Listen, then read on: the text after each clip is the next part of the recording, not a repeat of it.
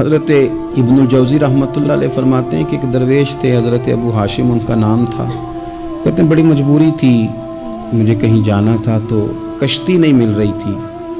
अचानक एक कश्ती गुजरने लगी तो मैं भी सवार होने लगा तो मल्लाह ने मुझसे कहा कि ये एक साहब बैठे हैं, बड़े अमीर हैं, साथ उनकी कनीज़ है, इन्होंने मुझसे बुक कर ली है सारी की सारी की अकीदा सी सालम करा लिया टांगा, वो सारी की सारी बुक कर ली है, तो मैं तो किसी को नहीं बिठा सकता। तो वो जो साहब बैठे थे बड़े सेठ आदमी थे, कहने लगे मियाँ आप किसी और कश्ती में, वो जो उनकी कनीज़ थी ना वो कहने लगी चेहरे से कोई नेक आदमी लगता है, चलो इतनी सवारियों की जगह है, किसी कोने खुदरे में बैठ जाएगा, हमारा क्या जाएगा।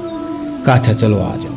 कहते मैं कोने में बैठ गया, थोड़ा रास्ता आगे गया, उन्होंने खाने का सामान निकाला, मुझे भी खिलाया, लेकिन खाते खाते मेरी नज़र पड़ी तो उसमें तो शराब के बर्तन भी थे माज़अल्लाह। फिर उस शख्स ने खाना खाने के बाद उस कनीज़ से कहा कि मुझे माज़अल्लाह गाना सुनाओ। वो गाने गाने लगी, ये मेरी तरफ मुतवज्जे होने लगा, मुझे कहने लगा सुनो, मैंने कहा मैं ये नहीं सुनता। फिर मेरी तरफ शराब बढ़ाई, मैंने कहा मैं नहीं पीता। तो कहने लगा तू क्या सुनता है, तू क्या सुनता है। तो कहने लगे मैं सुनाऊं क्या सुनता हूं। कहा सुनाइए। फरमाते मैंने कुरान पाक पढ़ना शुरू कर दिया। कुछ लोग, मैं आपको यकीन से कहता हूं, कुछ लोग ऐसे हैं जिनकी जिंदगी दूर गुजर गई है मस्जिद से, उन्हें को बंदा चाहिए जो थोड़ा सा जाके पैगाम हक सुनाए। उनको पता ही नहीं है कि दीन मीठा कितना है, हसीन कितना है, कुरान में चाशनी कितनी, सरकार की तारीफ का, नात खानी का रंग कितना शानदार है। मेरा ये मानना है कि जिसे रब रसूल के रंगों की खुशबू का पता चल गया ना, फिर दुनिया का कोई और रंग उसे अपनी तरफ मायल कर ही नहीं सकता, सवाल ही पैदा नहीं होता। कुछ लोगों ने सूंघा नहीं है, आए नहीं है, करीब नहीं आए। तो शेख अबू हाशिम कहते हैं मुझे कहने लगा सुनाओ ना। अमीर आदमी था, कभी इस तरफ गया ही नहीं था। ढेरों लोग हैं जो नई मस्जिद जाते। अल्हाकुमुत तकासुर हत्ता ज़ुरतुमुल मकाबिर। अल्लाह फरमाते हैं कि तुम्हें दौलत की हिरस ने इतना अजीब उलझा दिया कि कब्रों तक पहुंच गए तुम। बहुत सारे लोग हैं कब्र में चले जाते हैं, मस्जिद में नहीं आते। तो कहते हैं मैंने उसे चंद आयतें सुनाई, उसकी तो कैफियत ही बदल गई। कहने लगा मौलाना जिंदगी बड़ी गुनाहों में गुजरी है, अब तौबा कर लूं तो मालिक माफ कर देगा।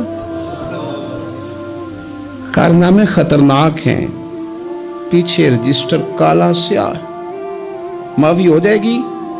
दौलत बड़ी थी तो फिर हमने भी शराब कबाब शुबाब में उड़ा दी सारी, माफ कर देगा। तो कहते हैं मैंने कहा हो बंदे के आने की देर है, उसकी रहमत तो फौरन ही कबूल कर लेती है। वैसे भी अदल करें थे थर थर कंबन, ऊंचियां शाना वाले तजे फजल करें थे, फिर ते बख्शे जामन मेरे जय मुंह काले। कहते उसने उस कनीज को आज़ाद किया, दौलत अल्लाह की राह में खैरात की, 40 साल मेरे साथ रहा। फिर मैंने उसकी ज़ुबान से सिवाय खैर के जुमला नहीं सुना।